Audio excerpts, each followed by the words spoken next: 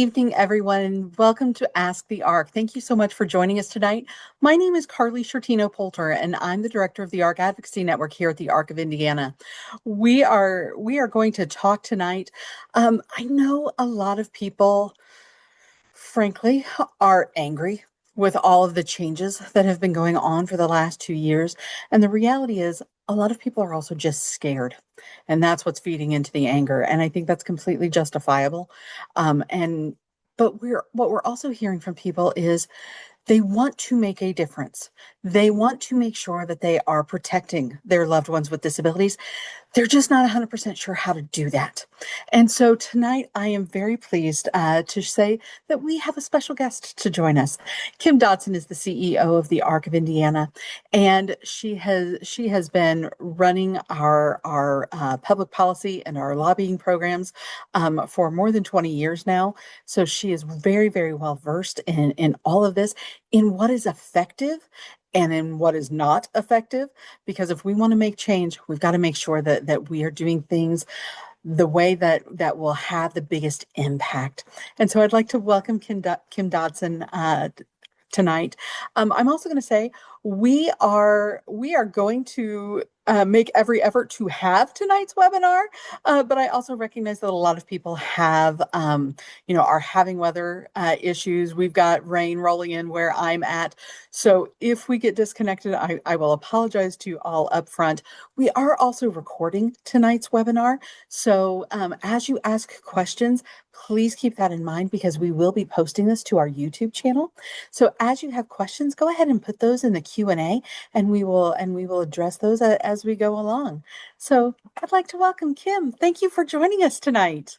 Well, I'm happy to be here. So I always appreciate you doing this on a monthly basis. And I know that a lot of people really look to you for a lot of insight and expertise. So thank you, Carly, for even inviting me to be a part of this.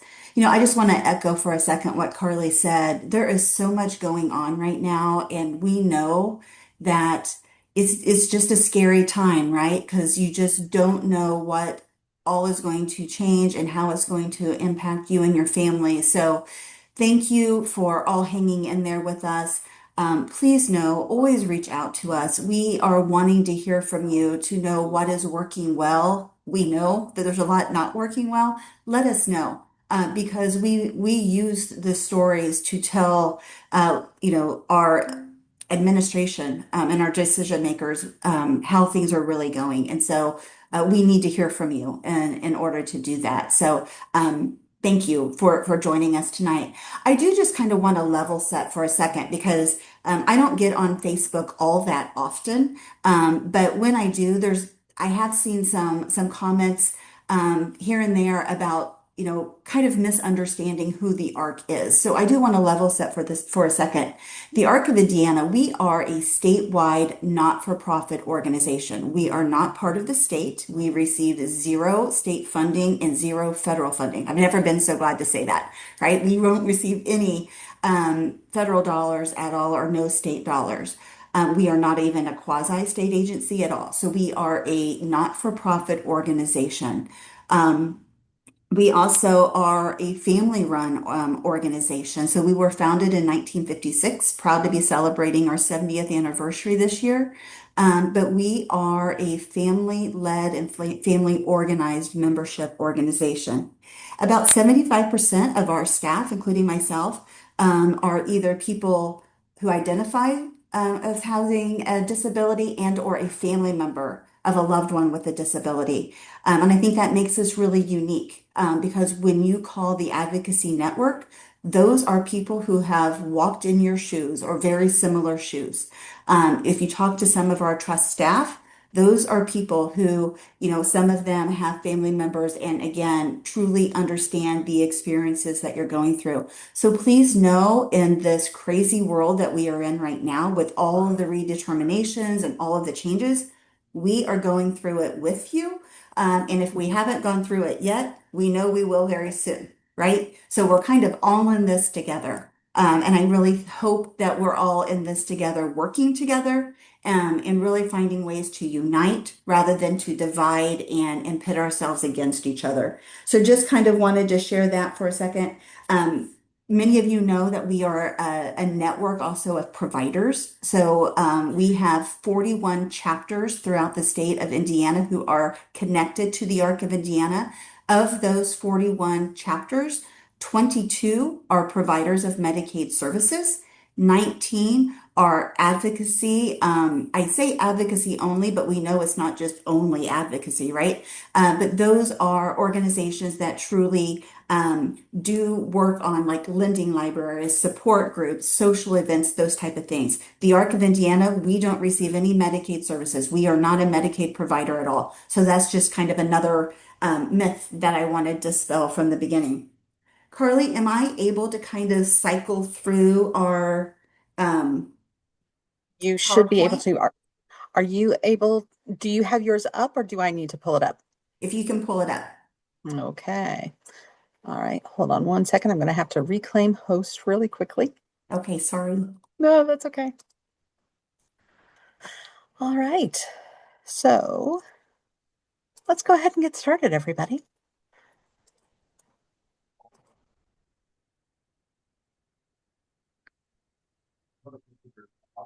Okay. And now everybody should be able to see and just tell me when you want to advance the slides. Great, great. So again, hopefully everybody knows that we are located right in the heart of downtown Indianapolis. We did that very strategically because of the time that we spend across the street at the State House and at the Government Center. We really do try to be on top of the changes taking place. I have a lot of meetings, and so it really makes it important that we are close by and able to get to where we need to go in a very fast way. Next slide, please. And again, I'm glad to advance if you want to make me um, able to now.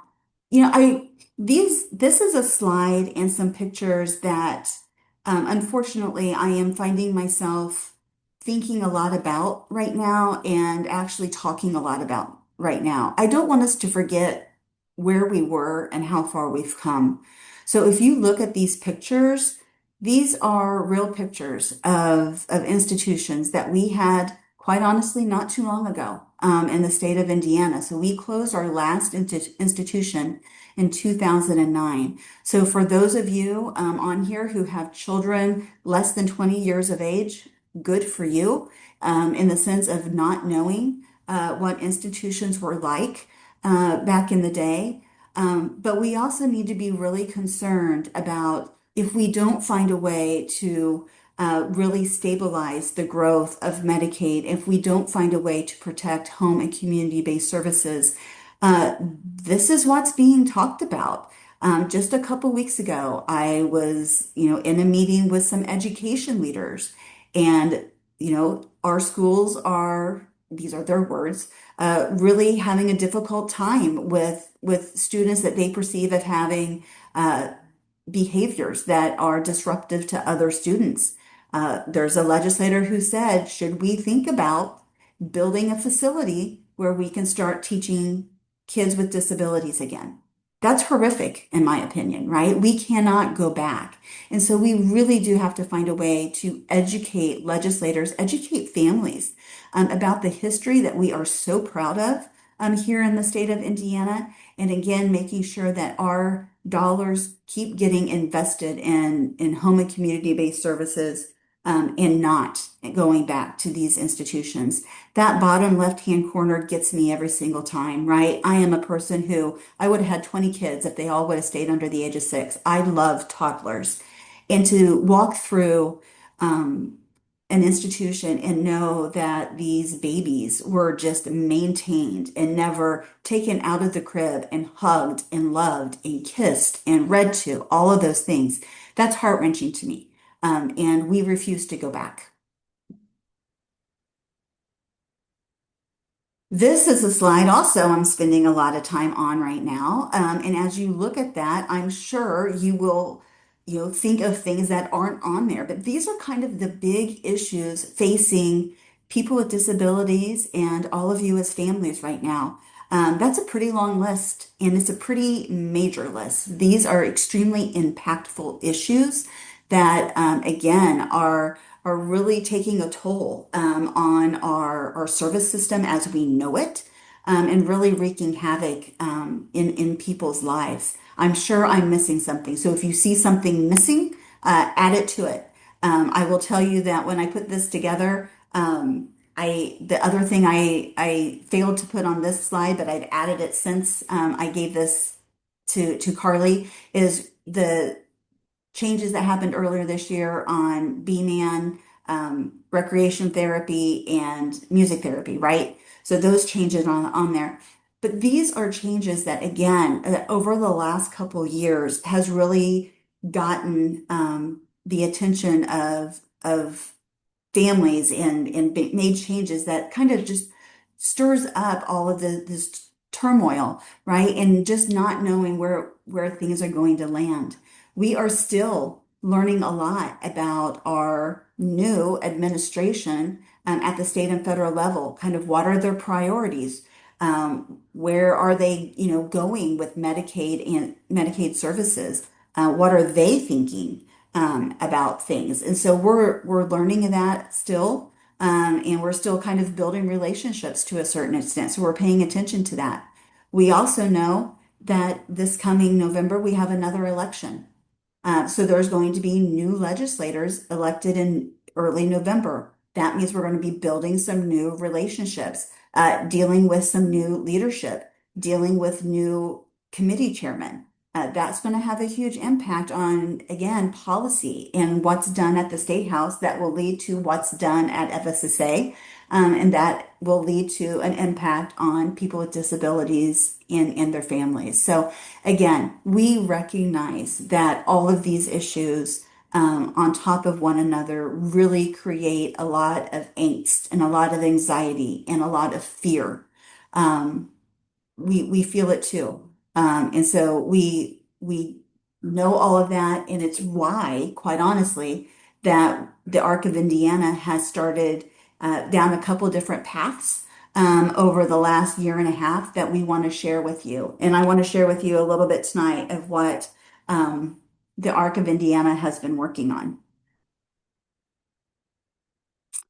So last year, because the list that I just showed you, right? So many of those started in 2024. We saw a lot of changes in 2025. By late summer of 2025, as I was talking to my executive committee of my board of directors, we were really talking about what was next. What were we going to do? And we knew that something needed to be done. The Arc of Indiana in 2011, we were in a very similar time than what we were right now. And I can't see participant names, but Jennifer DeWitt, if you are on this, you remember those days very, very well. And you're one of the families that I think about so often that has been there through the first time we've gone through such turmoil and unfortunately are going through it the second time. But in 2011, we were really trying to think about what do services and supports for people with disabilities need to look like going forward. If you think about it in 2011, that was when we were talking about that cost participation fee for First Steps. That was when, quite honestly, we were having to defend the parental income of parents of minors.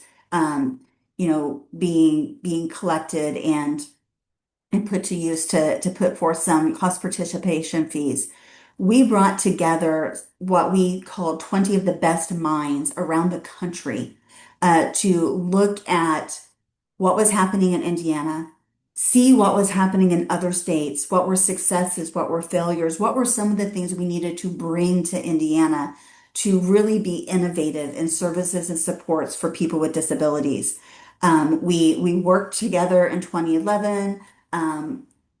We updated that plan in 2017. And then we really felt like in 2025, we needed to reestablish this Blueprint for Change committee and work group. So we have been working since September of 2025. The Blueprint for Change Committee is a 24-person work group. It is made up of people with lived experiences, family members, stakeholders, nobody from the state, and providers. And it really we wanted to have all of those different lenses kind of giving us expertise, giving us input on what we think really needs to be a roadmap for the state of Indiana going forward. We have spent multiple hours as a big committee, as a smaller committee, and then one-on-one. Dr. Cody Mullen from Purdue University and from the Lafayette area, as well as Dick Rode, who is a retired CFO from FSSA back in the days when we were closing institutions. He has run a provider agency. He remains committed to disability issues through work that he does as a volunteer, both on the ARC of Indiana board and the ARC of the United States board. Those two gentlemen lead the Blueprint for Change. And they have again invested so many hours making sure that the voice of every person who is on the committee, those other 22 members, is heard. Advice is given to the ARC and on this Blueprint for Change, so we could really say that we dug deep to learn and listen to what people were thinking. We really wanted people to think outside of themselves, not just from their lens of what they were experiencing, but also what they were hearing from peers and within their own network. We really wanted to really focus on not even just our current Medicaid system, but how do we stay active and engaged in a Medicaid system that is so rapidly evolving, right?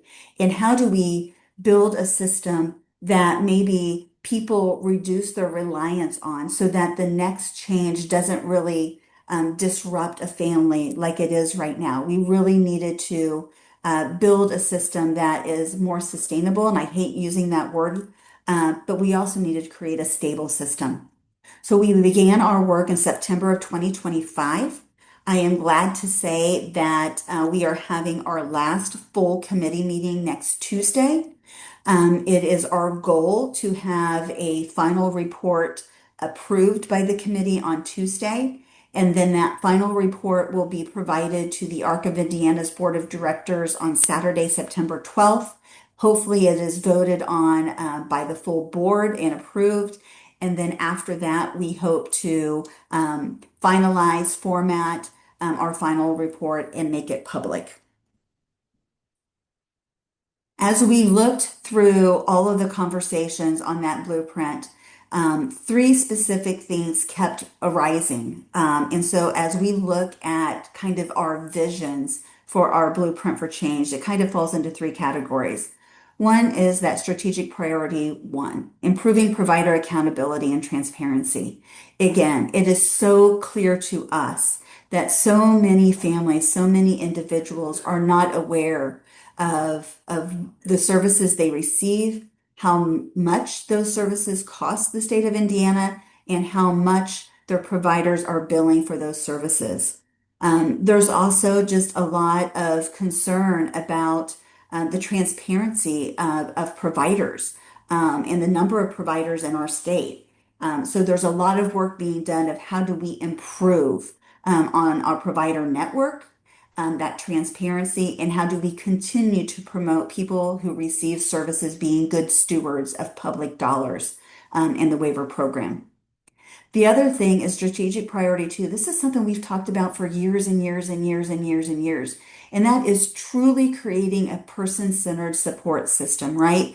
We want people with disabilities to the full extent of their ability to be the drivers of their own lives, to have a say in the services they receive, the goals that are set for them, and how those goals are achieved. We really believe in this. We think that we've come a long way in making our system person-centered, but we aren't completely where we need to be yet. And so we want to continue to push us in that regards. Nothing is more true for strategic priority three than where we are in the current moment, right? We need to create a better and more effective communication system from the state to the people who are receiving services and their families. And that comes, information and communication from providers and to providers as well. Our communication system just is not as good as it needs to be. Even just the recent waiver approvals, right? we learned that they were approved, but then the templates for some of those issues were given out, several days after some of those waiver amendments took effect, kind of, leaving people in limbo for a few days. We've got to improve our communication system so that all of us are working together. We can trust the information that's being shared. And again, just all of that information is more transparent. So as we look at these three priorities, these are kind of the big three pillars that our Blueprint for Change Committee report is going to focus on for this next version. Within each of those, we are really going to have some very detailed objectives under each of these priorities. And we're also going to talk through what success looks like for each of these priorities and some of these objectives as well. So the goals for the blueprint is to provide a very practical roadmap to the state of how we stabilize and reimagine HCBS services for people with disabilities in the state of Indiana. We, again, want to bring together those diverse perspectives so that we are all working and collaborating together to make a better system than what we have today. Once the report is finalized on September 12th from our board of directors, we are going to get busy in formatting it and getting it out publicly. We will be sharing it with our state administration, so certainly with FSSA and DDAR's leadership. We're also going to be sharing it with our 150 legislators. We're going to be sharing it with you, families around the state, and some of our other key stakeholders. You won't just receive a report, you will also, as we are introducing the report to all of these different audiences, we will have a letter or some type of introduction to the report. Again, kind of outlining our goals and where we want to see things going with that. So look forward to that, hopefully later in September. One of the other things that the ARC and certainly other organizations really started talking about in 2025 is we need to find a way to work more collaboratively. We need to be working together. We need to have a unified voice. So I am so very thankful. We have such a strong, magnificent network of advocates across the state of Indiana. And I'm really glad that we all work together. So we all started talking, right? We were in a lot of the same meetings. We were sharing a lot of the same frustrations. We were hearing from so many families of just, again, the level of uncertainty that everybody was feeling. And so a few of us came together. We wanted to, again, find a way to work together to unify our voice and to amplify our voice. And so we started talking about this late in 2025, and then it was spring of 2026 that several of us got together to formalize the Indiana Disability Alliance, which is purely focused on protecting home and community-based services for people with disabilities. And that is all disabilities, not just intellectual and developmental disabilities, but people with all disabilities. This is the list of the core organizations that have come together. So very, very thankful for the strong leadership of all of these organizations and quite honestly, their willingness to just come together and know that we are stronger together than we all are separate.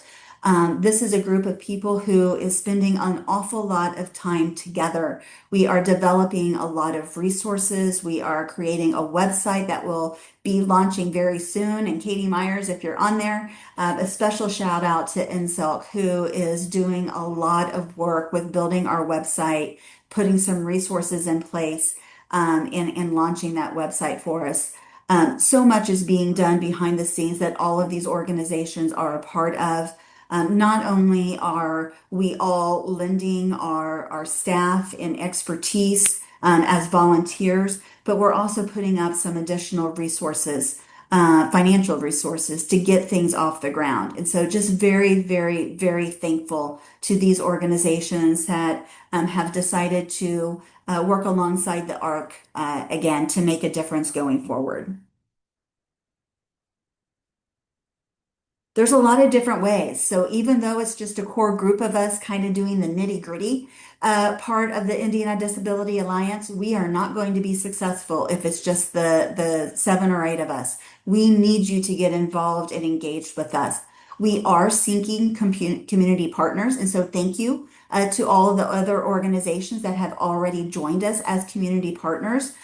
We are looking for more. There is nothing more impactful than when we send a letter to a legislator and say, these groups sign on to this opinion, right, of whatever it is, or this group, or, all of these groups support this piece of legislation. We want that list to be long. So please, if you are engaged with an organization that has not yet been asked to be a community partner, reach out to me because we want groups to be a part of us. So we want that list to be long. So we ask you to help us grow our community partner list. We want you to sign up for emails for the Indiana Disability Alliance. We want to share information with you. We want you to share information with us. I know a lot of groups out there are asking you to share your story. We're going to continue to ask for those stories because those stories are what makes a difference. We want legislators hearing your stories and we want to amplify those every way that we can. We're going to be doing training sessions this fall on, again, how to be an effective advocate. What are the changes taking place? What's being discussed? What can we be anticipating for the next legislative session? In just a minute, I will share the scheduled trainings that we have coming toward hopefully to you this year.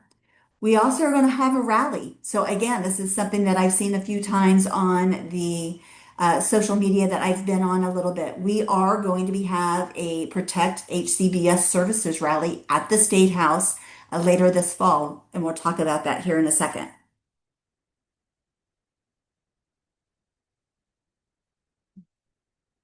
This is the list of trainings that the Indiana Disability Alliance will be putting on. Please know this is not the only time you're going to be seeing this. So this is going to be released very, very soon, if it hasn't already. So we're going to be traveling around the state from Bloomington to Evansville. So, and even further north to South Bend, I think is the location in Fort Wayne that we decided to do.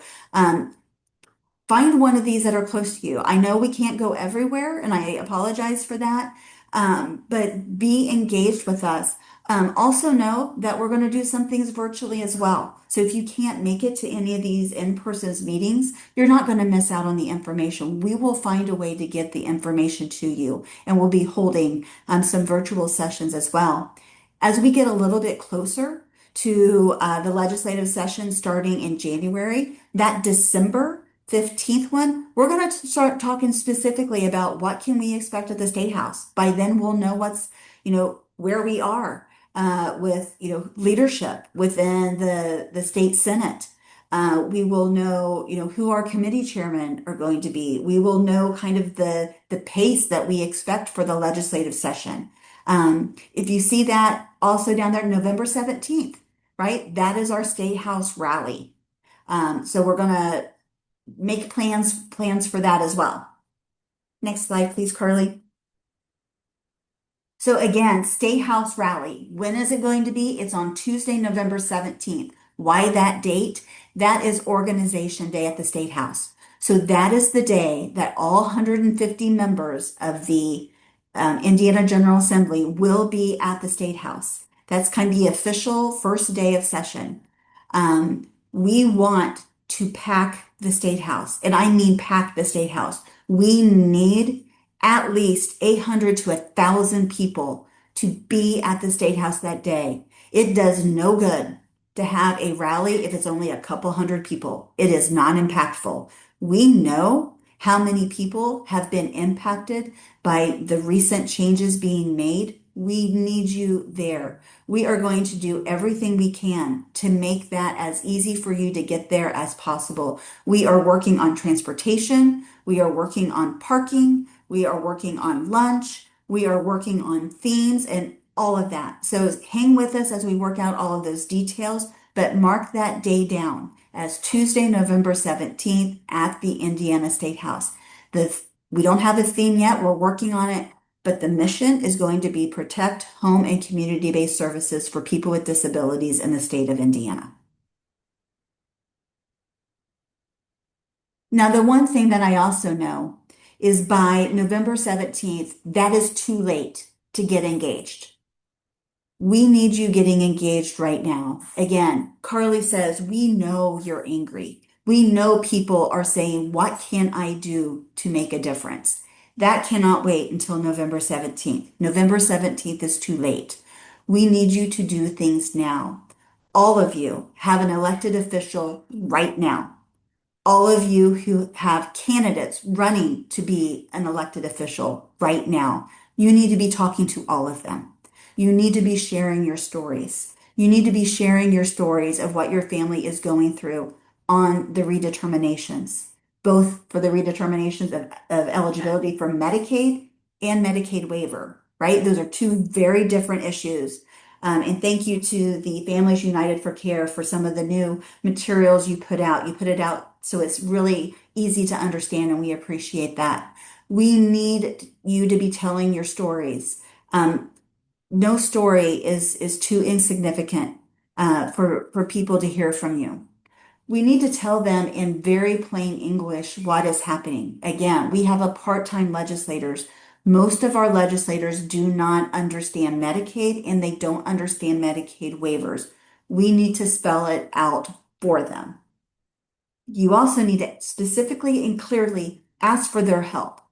They are your state representative or your state senator. They exist to help you. So ask them for their help. Because if you ask them for their help, that compels them to do something, not just read your story, but do something with the stories that they're hearing. You also need to vote, right? This coming election is pivotal.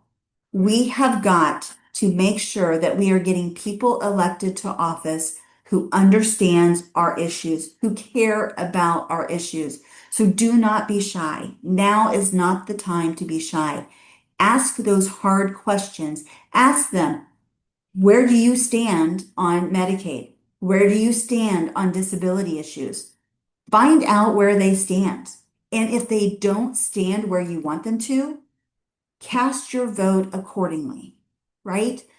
The ARC of Indiana, we are not a political organization. I can't tell you to vote all Democrat or all Republican. I don't want you to. We have champions who are Democrats. We have champions who are Republicans. We need a mixture of them, but we need legislators who are educated and are informed and truly care about people with disabilities. If you don't know where your legislator or candidate stands, ask them. And again, make sure that you're voting for the people who are holding your families in their minds as they are talking about Medicaid and talking about these critical services. We need to hold them accountable. If not now, when? We need to take action right now and vote. If you need any help finding out who your legislator is, who a candidate is in your district, do not hesitate at all to reach out to the ARC of Indiana. We can help you get that information. It's all on our website, but we are glad to walk you through it if we need to. I'm going to turn it over and try to work through some of the questions that we have. And Carly, So we do have a few questions that have come up. First of all, what is that organization called again?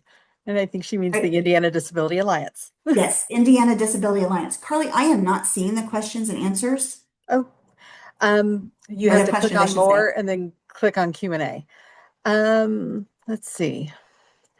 Got it. Okay. Got it. Got it. Got it. Got it. Yes. So yes, Indiana Disability Alliance. Pretty soon we are going to be sending out some information on the launch of our website. And all of us who are members of that organization are going to be sending that. So you will not miss it, I promise. But we're going to be announcing our website. We're going to be announcing all of those training sessions. And again, we'll be sending out more information about the rally at the State House very, very soon as well.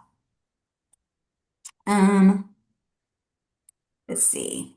Oops, I'm trying to move my screen over. Um, Kathy, yes. At one time, the Arc of Indiana handled family and caregiver training. You are correct. We do not do that anymore. So we haven't done that for quite a few years, actually. It's been at least 8. Yeah. What is the ARC doing to help raise awareness about the income and assets limits that haven't been increased? We are right there with you. Just because they haven't been raised, doesn't mean that we haven't been asking. So even just this past session in 2026, we actually had in a piece of legislation that the asset limits was going to change. Not as much as we would have wanted, but going from, $2,000 to $5,000. We're going to ask for it again this next legislative session. We are extremely aware that those asset limits are far too low, and we're going to be doing that. Um, if you have assets that from a personal injury lawsuit, contact the Arc of Indiana. Our trust can help you with that. Again, reach out to Carly and I, and we are glad to do that. The email, the slide of the locations to see you guys. Um, yes, we can email that out to you, Megan, but also we're going to be posting it on all of our social media sites very, very soon. Um, so you'll have an opportunity either. What can be done now for people who are losing their eligibility for the waiver? Tell your story. Uh, your legislators have got to hear from you about what is going on. Um, I don't even know where to start, right? Go ahead, Carly. If you don't mind me interjecting, because one of the other Absolutely. things I'm going to tell you is you absolutely have to appeal. I know I'm not supposed to say you have to appeal. I will say it is your choice to appeal. Appeal. We are actually working on some tools to try to help walk people through that process. Um, it's not so much, well, I don't think it's a complicated process, but that's because you guys know me well enough to know I'm a geek. But it is a long process, and we're trying to give people as much information as we can about that. We are trying to get that done as quickly as we can. It's just going to take some time to do that. But the biggest piece of advice I can give you is appeal. You have 33 days from the day that you get your letter officially saying that you no longer meet level of care. You have 33 days to get your appeal request in. And once you do that, that basically kind of puts a stay put order in place. Your waiver and your Medicaid health coverage stay in place while you go through that appeals process. One of the other things that we have heard is that there are a ton of people who need to appeal. Or who are appealing those level of care denials. And so as a result, it is frankly going to take longer to get that appeal hearing and to get everything set in place. Use that time to gather documents to show what your loved one's needs are. But yeah, we are absolutely working on getting some information out to help people know what they need to do in this process. Thank you for that, Carly. Mhm. Alicia, if you're not interested in a special needs trust, we can also talk to you about the ABLE accounts. So there's not a lot of options for you with that, but we're glad to talk to you about both of those things and or give you a resource if you want to talk to somebody else. So we can do that. Megan, so my email is K Dodson, so KDODSON @arcind.org. So please feel free to um, contact me anytime. Recreation therapist, yes, I got your questions. I've been in contact with the board of directors of RTI. So we are working on setting up a meeting to kind of work through all of these issues. We know the transportation issue has been difficult, but what we do know for sure is you cannot bill for recreation therapy if you are not providing recreation therapy, right? So what we saw, you know, earlier this year and last year is, several rec therapists were billing for rec therapy while they were transporting people to do recreation therapy. Cannot do that anymore. But we're working with your organization to get you more clarification on all of those. I want to remind people, make sure you are putting your questions in the Q&A so that we can answer those. Um, oh, we've gotten a few more that have come in. Um, sh- so we've got Sherry, so I don't know, will our case managers have this information? If you're talking about the denial information that Carly talked about, we're going to be making that available to everybody. So we can certainly make sure that we send it to the five case management companies so they have that as a resource. We'll also be putting it out so you guys know how to access it on social media and all of those things. So you'll be able to find it, I promise. Um, Certainly a few years ago, Trish, we did have a sibling support network. We do have that through the ARC of the United States. We don't have an active one through the ARC of Indiana right now, but we're always interested in finding ways for people to connect with one another and be engaged. So if you're interested in that, reach out to me. Kim, if it's okay, I'll take this Absolutely. next one because since it's about benefits, we've got somebody who received their denial letter July 23rd. They are appealing. They ask, what is the likelihood of losing Medicaid as well?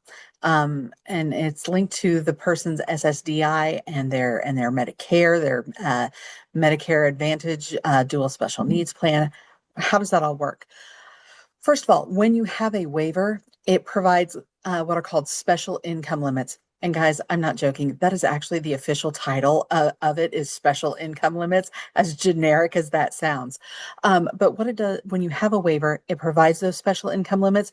So as a result, a person's monthly income can be higher if you have a waiver than to allow you to have Medicaid than it would if you did not have a waiver. And so that's really kind of where the distinction comes in. It's that because you have a waiver, there are higher income limits that allow you to have the full Medicaid health coverage. So how that winds up impacting the Medicaid is going to depend on the actual individual and what their monthly income is. So, oops. Julie, how do I get government people to answer the phone? I wish I knew. I wish I Okay. knew. All I could say is be persistent. Continue to do it. I know it's frustrating, but continue to make those phone calls.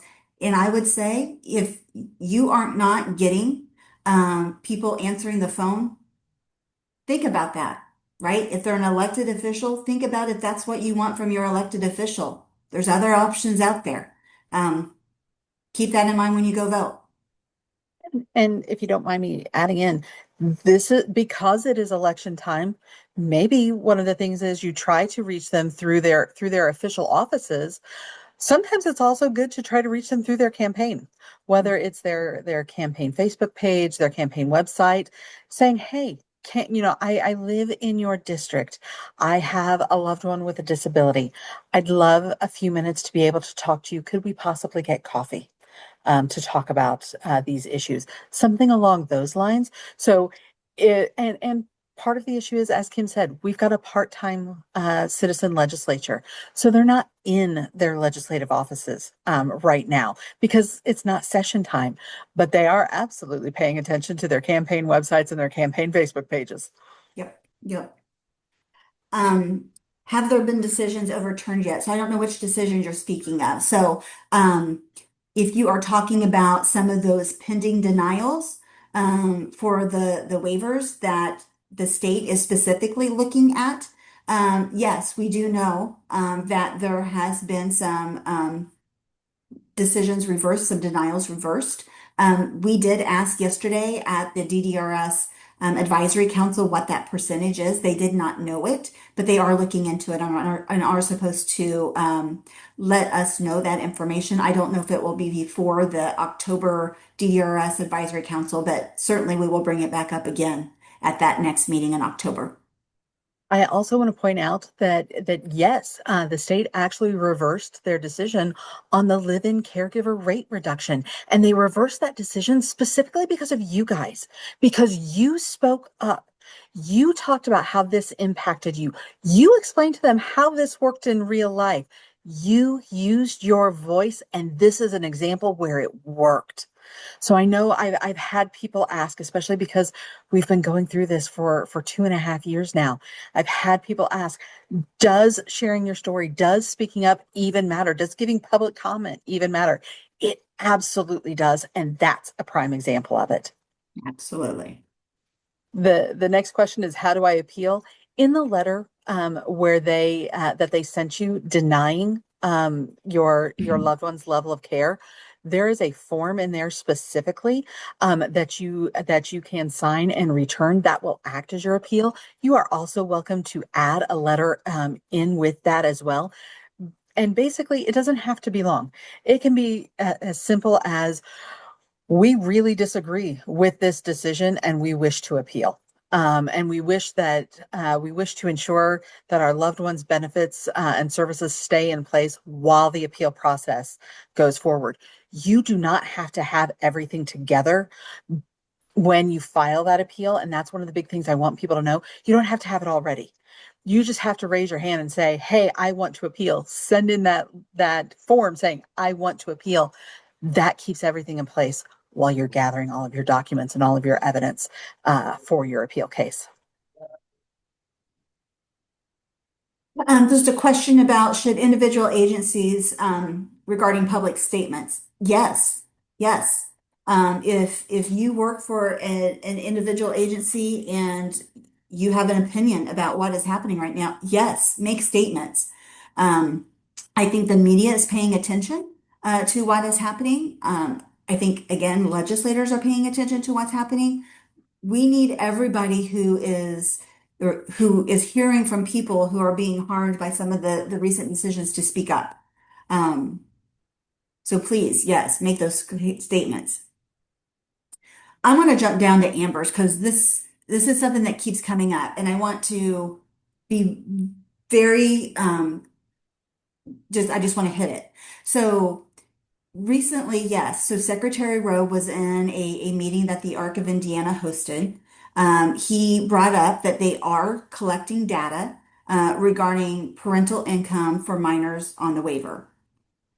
Now, yes, that would require a legislative change, right? So in 1991, Senate Enrolled Act 30 was passed that said that parental income for minors was waived. So to make a change to that, that would have to be done legislatively. Now, I will say, I know this is scary and I know this is concerning. However, I am glad that we are collecting the data. I'm glad because if we don't collect the data, we don't have the information should the legislature want to do something. And an example of this is just last session, we were in a conversation with some legislators and they said to me, Kim, this piece of legislation is not intended to harm people with disabilities. And I said, the way it's written, it's going to harm people with disabilities.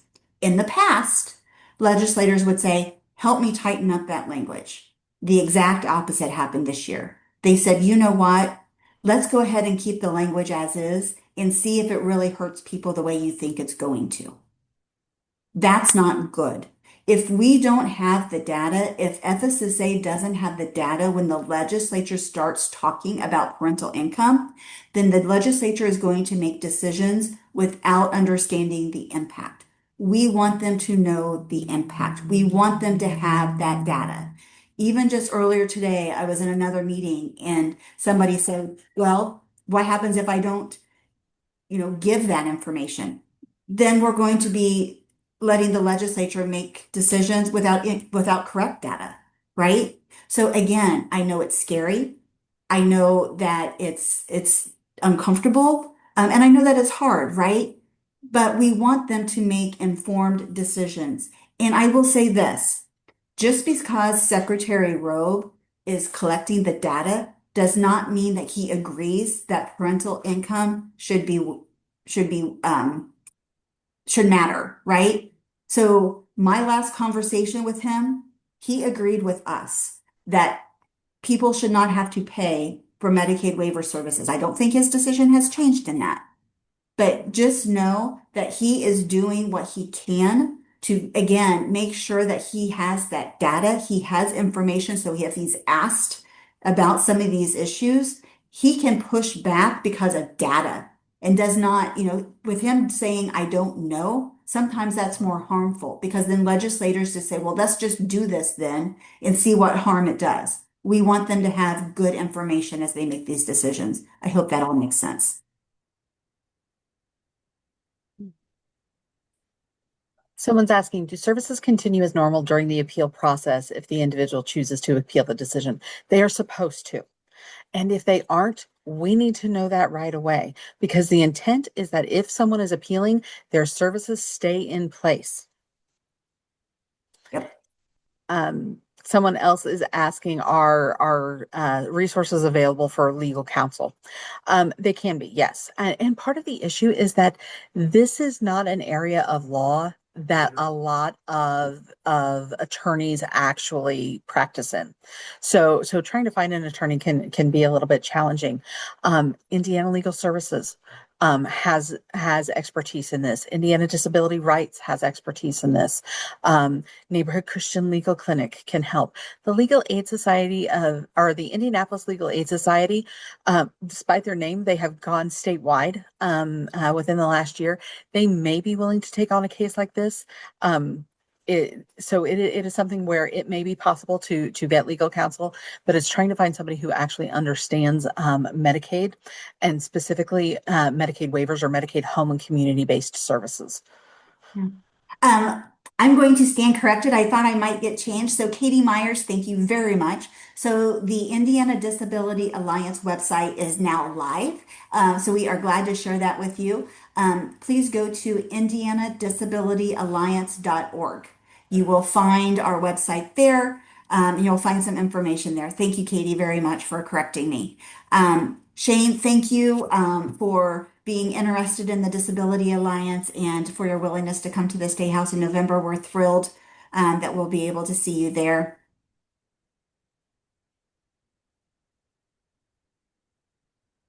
Yes, so Dan, absolutely. Should families share their concerns with their senator and representative? Yes, yes, yes. Every single way that you possibly can. The beautiful thing right now is it is county fair season. So go to your county fairs. You usually will see Republican and Democrats parties having tents. Talk to them. Go up, find out who your elected official is, and don't be shy about telling your story. Letters to the editor, yes, do it. Absolutely. We need to get stories out far and wide. And again, draw attention to this issue. The local media stories recently have been really, really good. We need to keep it up. Yes, understand, again, go to events where people or where our elected officials are going to be. And again, use that opportunity to educate them. Most legislators do not understand Medicaid. They rely on other people in their caucus to, be experts in Medicaid, and then they kind of, follow suit. Tell them your story, educate them. It is always my goal that whenever a legislator goes to vote for an issue around disabilities, that they can have in their head a specific family or a specific person that is going to be impacted. So please make those contacts.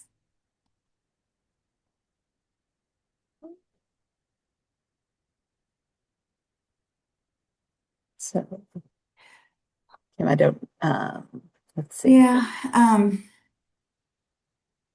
So are other agencies taking public stances on what is occurring? I don't know what you mean by an agency. Because yeah, I understand the fearing retribution. I really do. Um, you know, I would say if you are hesitant on doing something, reach out to us and we can provide guidance on that. We can become aware of your situation. If we can do something to take the eye off you, we absolutely will. There's a lot of ways I shouldn't say a lot of ways. There are ways to get around that. We are happy to help. On the So we have 40-hour cap per relative caregiver, I think we need to continue to gather information on that. really expressed concerns on some of the harm that that is causing. And I don't think anything's impossible.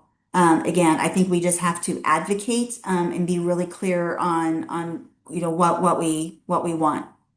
Mhm. Carly, more denials and Yeah. appeals. Let's. So one of the things to let you guys know, we are working on some guidance documents specifically on appeals, how hearings work, what you need to do to appeal, what types of documentation or evidence to provide, witnesses, all of those types of issues. So we are going to get that out as quickly as we can, and I think that will answer your questions better because then you can also. You've got it in writing. You can go back, you can reread it, you can make sure that you understand it better, and then give us a call at the Arc of Indiana. Talk with our family advocates. That's exactly what we are here for. Every single one of us is either a parent, a self-advocate, or a sibling. So we all live this life too. My son's level of care screening is in the next month. So I'm living this with you, and that's just it. We get it, and we're going to talk to you, and we're going to be able to tailor the information to your specific needs. Yeah. We are really aware of some of the administrative and just mail issues around Medicaid that are taking place. We are having a lot of conversations with FSSA on trying to minimize those and correct those. Absolutely, if you are getting denied Medicaid because of those administrative issues, yes, please reach out to the ARC, ask for one of our family advocates, and we can help you navigate that to the best of our ability. Someone is saying that they have appealed. They sent in their appeal in July. They haven't heard anything back, and the case manager doesn't see the appeal banner in the portal. That last part is what's got me a little bit nervous about this. So the first thing I would do is actually contact the Office of Administrative Law Proceedings. Um, Call them up. It's okay. They have a phone number. They're very, very nice people. So be nice to them too. And ask, say, hey, I sent this in. Did you guys get this? Because again, you've got that 33-day window. Let's make sure. So call them tomorrow to make sure that it was received, and make sure that as you are submitting appeal requests, that you have some type of documentation to prove that you sent it in. Because I would love to say that documents never get lost. Yeah, I can't say that. So you want to make sure that you've got a paper trail to prove that you submitted that appeal request, whether it's a fax receipt, whether you take it into an actual beads office or you take it into a Medicaid office. If it's a Medicaid appeal, get it stamped, received, and have that dated. You want some way so that if there is any sort of question about that, you can actually say, nope, nope, here's my proof right here. It says received July 13th, 2026, just to preserve your rights there.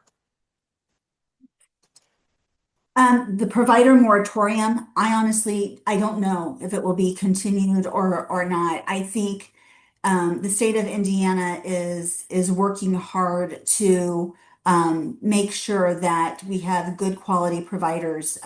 If you live in a county that you don't feel like you have good choice, please reach out to us so I know what county that is, or put that county in the Q&A, because I we are paying attention to that. We know that there, for some of those rural areas, there is not good choice of high quality providers, and we are watching that closely. Somebody's asking if we know what the actual Indiana code is that excludes parental income and assets. Not off the top of my head. No, I do not. Would we be able to find it? I am certain we would be able to find it, but I can't tell it to you off the top of my head, guys. Yeah. There's another question about, again, that slide from Secretary Robe about parental income. Again, it has been brought up by our legislature. So that is why Secretary Robe started collecting that information so he had data, because it was a comment that was said in passing by a legislator. So it's not that the FSSA is considering this. It is an issue that has come up from a legislator and Secretary Robe is wanting to be ready with information and data should the issue come up again.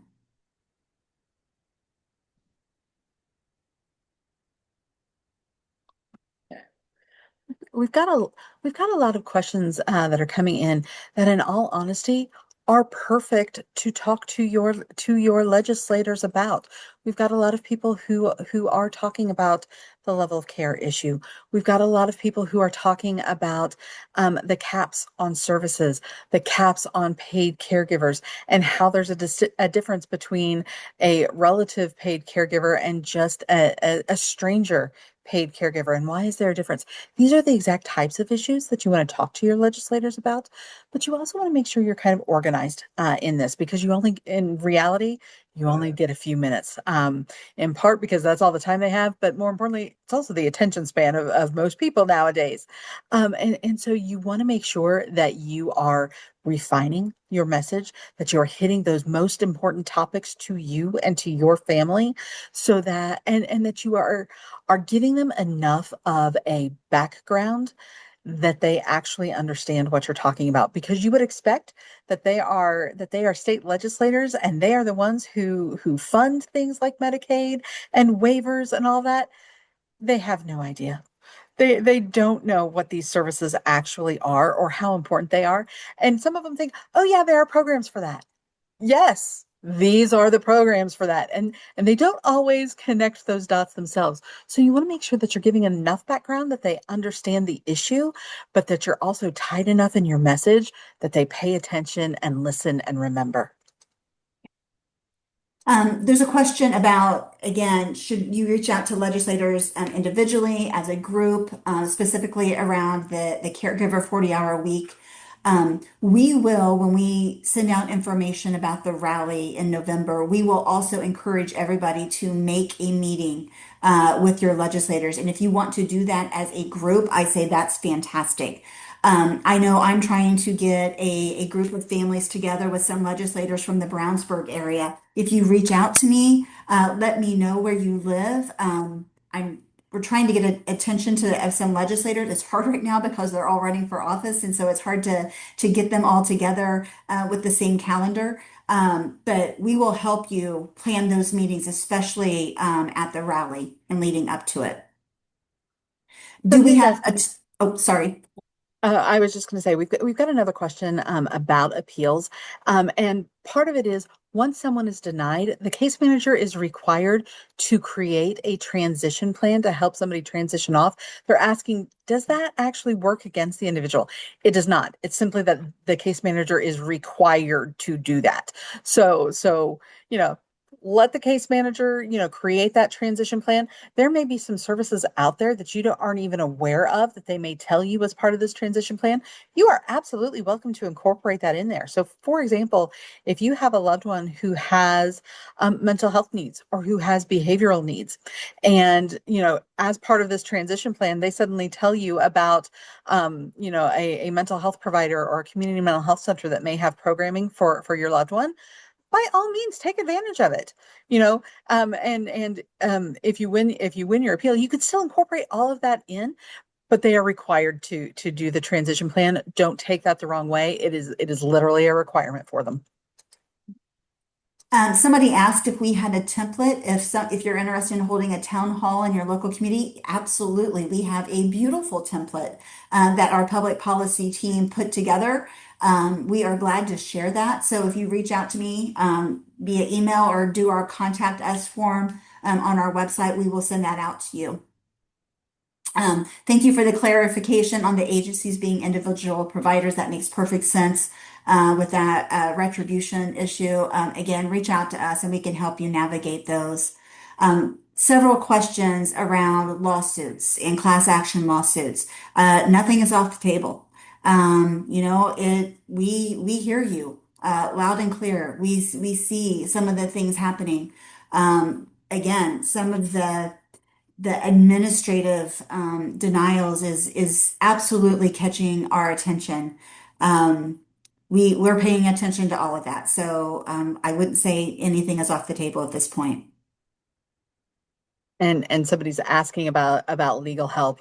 There's a little bit of misunderstanding with one of the names of the agencies. Yes, Indiana Disability Rights is absolutely the agency that we were talking about, as well as Indiana Legal Services, Neighborhood Christian Legal Services, and potentially the Indianapolis Legal Aid Society. There might be others. So, for example, the law schools all have legal clinics that operate during the school year. But hey, school year is about to start too. So that might be another way that you can do that. And we're seeing a lot of questions about services and about who can be paid as caregivers and all of that. Do not kill me for what I'm about to tell you. We actually did a special session of Ask the ARC on July 23rd about this. The webinar actually went 3.5 hours long, but we broke it up into three different parts on our YouTube channel. So you can go to the part that's specifically about paid caregivers to learn more there as well. So. Ashley Porter, one, it's great to hear or see your name.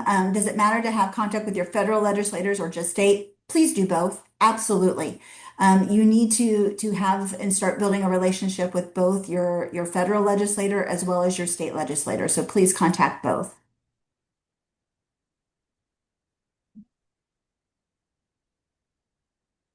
Somebody's Tammy, go ahead. That's what I was going to say. We've got somebody who's saying, "Who can I reach out to for help? I need some guidance." Call us at the ARC. Talk to our family advocates. We can talk about your specific situation and also get you to some other resources that may be available too.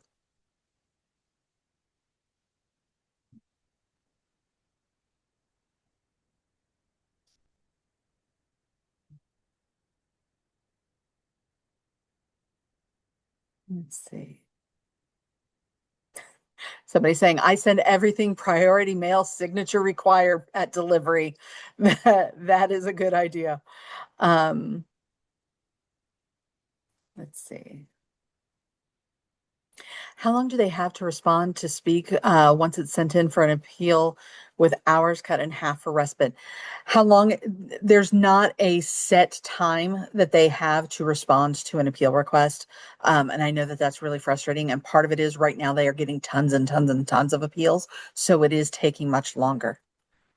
And as a result, we can't tell you how long an appeal process is going to take because again, the Office of Administrative Law Proceedings, which is a separate state agency, it is not part of FSSA, it is its own state agency. They are getting slammed with appeals because they do appeals not only for waivers, they also do appeals for Medicaid, they do appeals for SNAP benefits, and so the important part is get your appeal request in because that's what keeps your benefits going while you're in the waiting process. Oh, I think somebody went ahead and looked up what the actual code was for ignoring family income, and that's 405 IAC, which is Indiana Administrative Code 2-3-4. That is an easy one to remember. Sorry. You guys know me well enough to know I geek out. We do have a list of legislators for each county. Um, so we can help you with that. And again, if you go to the ARC's website, we do have a Find Your Legislator spot on our website that you can go in, put in your address, and it tells you who your elected officials are, both at the federal and state level.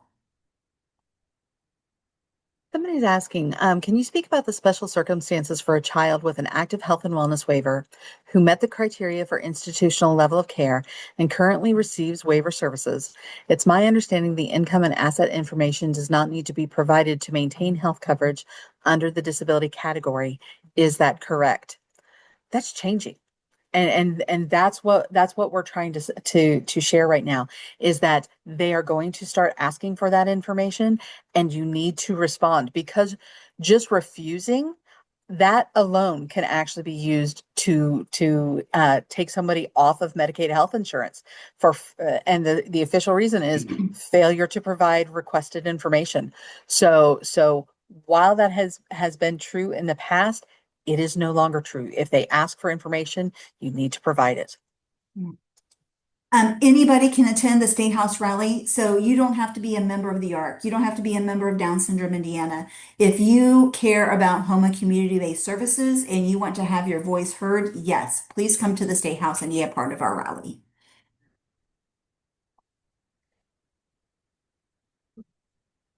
Somebody's asking, what is the name of the office to call about making sure your appeal has been received?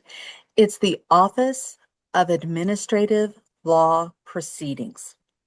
And if you forget that or can't remember that, call us in the morning. We can tell you that again and give you their actual phone number.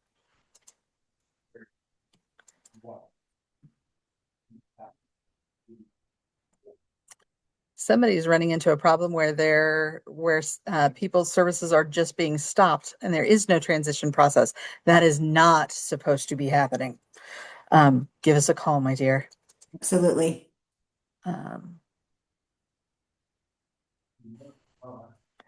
let's see. Time of rally, it's still being determined exactly what time it will start. It won't be real early. It'll be probably mid-morning. The legislatures go in right around 1:30. So it is our probably intent to have our rally probably somewhere between that 11 and 12:30 range.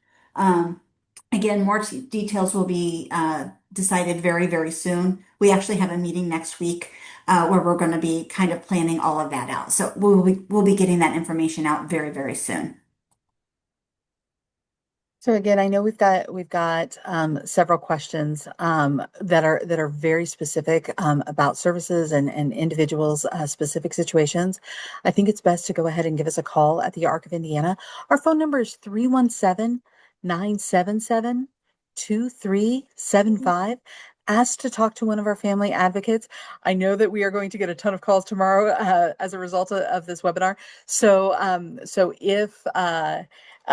if you have to leave a message, please know that we will get back to you as quickly as possible. If you are leaving a message, it's because we are on the phone with another family, talking with them about their situation as well, and we will get to you as quickly as we can. Let's see. Ladies and gentlemen, thank you so much for joining us this evening. I hope this has been helpful. Kim, is there anything else you'd like to add tonight? I don't think so. Just a very sincere thank you for everybody's time and joining us, and a very sincere request to stay engaged with us, pay attention to information that's coming out on social media, to the other Ask the webinars that Carly has done. We need to all be working together, and we know that these are really difficult times. We want to hear from you. We want to hear your stories, and we want to work with you to hopefully get some clarity in these times. So thank you for your time tonight. We look forward to working together. Remember, there is strength in numbers. And when we speak together, when we speak up, it does matter. So I know it can sometimes feel intimidating to do that, but it makes a huge difference. Ladies and gentlemen, thank you so much for joining us this evening and have a great night.